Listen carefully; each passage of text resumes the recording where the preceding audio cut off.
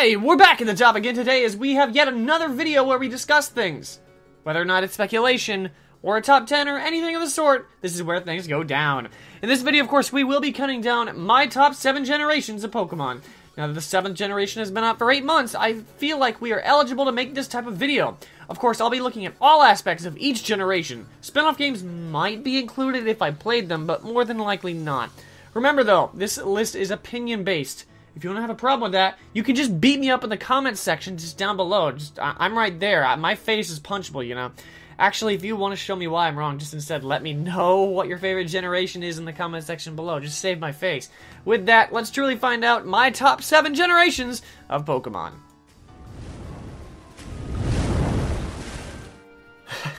With this one, whoo boy, I'm gonna get a lot of hate over. I can already feel it in my bones. My least favorite generation of Pokemon is Generation 5, and there's a very good reason for that. Just let me explain for— Hey, I see that. Stop scrolling down in the comment section. Don't do it. Hey, stop typing that I'm a stupid moron with an ugly face and a big butt. My butt smells like to kiss my own butt. Oh, you're not? Okay. Okay, moving on. But for real, Generation 5 consisted of Pokemon Black and White, and Black and White 2. The main problem for me here lies in Pokemon Black and White. Now, while I know major plot-based games are popular, which I do understand, though it just didn't work for me. I know a lot of people love Generation 5 for that reason, but the main reason I got hooked on Pokemon in the first place was the perfect balance of story and action. But there is a complete imbalance of that in these games. I don't really enjoy cleaning myself up off the pavement after getting crushed by a wall of text. The characters were pretty one-dimensional to me as well. The development on them was quite lacking too. The other thing, while not a huge issue, was the fact that you were forced to use the new Pokemon because you couldn't do anything, like you couldn't bring over any other Pokemon. It was cool in the sense that you couldn't use your 6 Mewtwo's to utterly annihilate the Unova League, but it made things feel a little bit unfamiliar. If you didn't have Cerebi or the internet, you would have just been left in the dark most of the time. Like playing Pokemon Moon, you know, if you catch what I'm putting down. Pokemon Black and White 2 made up for this pretty well, I think. They brought a lot of older Pokemon to diversify the selection and to make things more familiar. And they also lowered the amount of plot and just allowed more freedom during the storyline, in my opinion. But it wasn't enough to save the travesty that Pokemon Black and White caused. One game can't fix everything, you know. And let the hate ensue. Whew, wow, this is a very controversial list. It really is. I'm gonna have the Blot Lovers at my throat and the Gen 1ers at my doorstep, because my second to least favorite generation is Generation 1. Generation 1 consisted of Pokemon Red and Blue, and followed up with Pokemon Yellow. I know nostalgia is a thing, believe me, you'll see why later on. But with the amount of glitchiness, overpowered, and odd gameplay we had in the original games, you can understand why it leaves a bad taste in my mouth.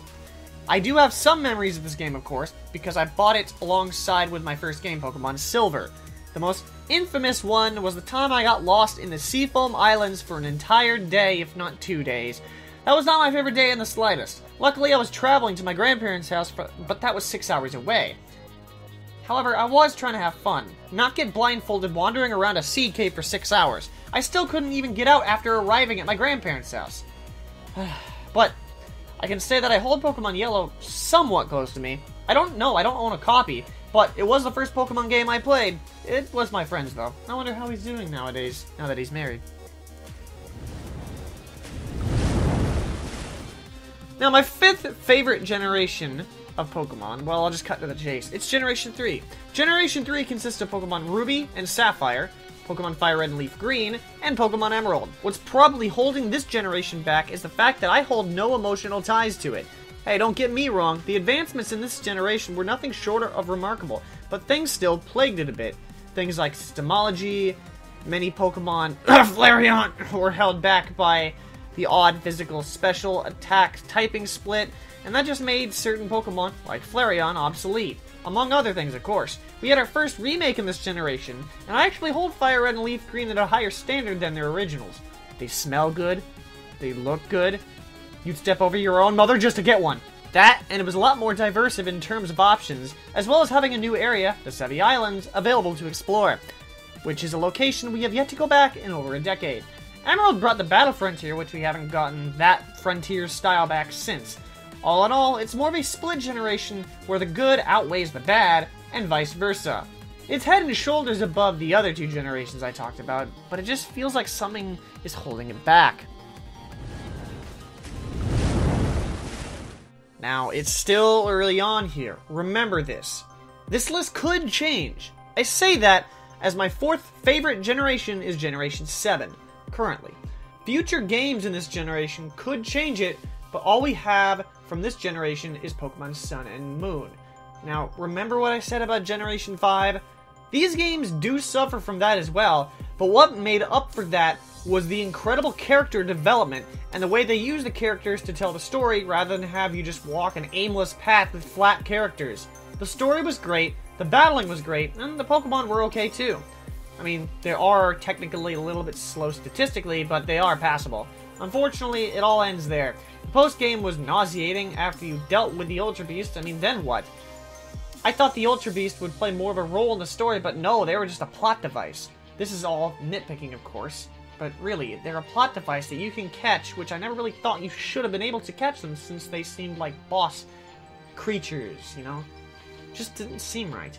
But with Pokemon Ultra Sun and Ultra Moon around the corner, who knows what we have in store? Actually, nobody knows. Pokemon has been oddly silent after a year where they just had trailers nearly every 2 weeks. That's why you haven't seen the Road to Pokemon Ultra Sun and Ultra Moon in some time.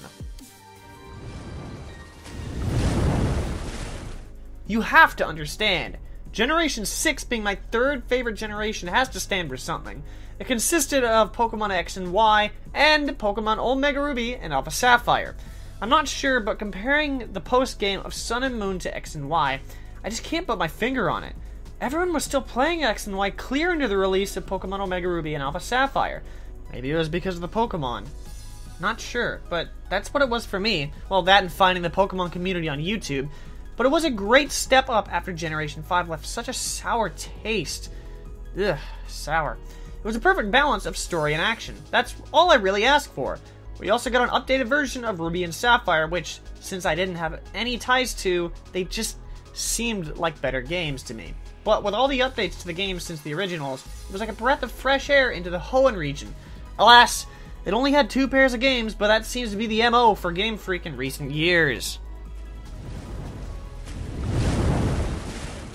Now we get to the juicy sections. Well, why are they juicy? Oh crap, I spilled Mountain Dew on the floor earlier.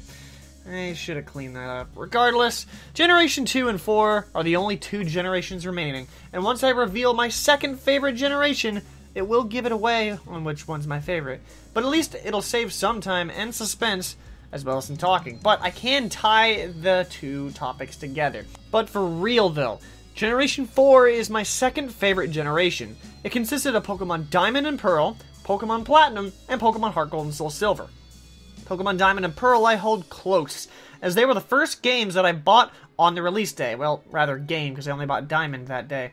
Keep in mind, they weren't my first games, but playing it and completing it within 3 days from the release was pretty cool, minus a day. The fact that I soloed it with a Torterra is also mind-boggling. There were so many Pokemon with Earthquake in the Pokemon League, what the...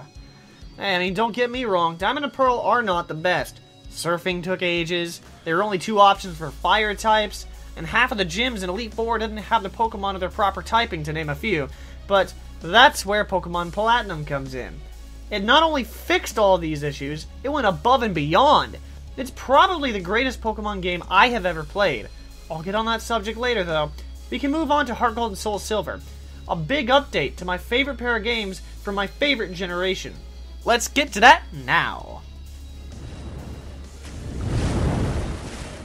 Why I decided to talk about Heart Gold and Soul Silver here, you ask? Well, because my favorite generation is Generation 2, so we can simultaneously talk about both sets of games here.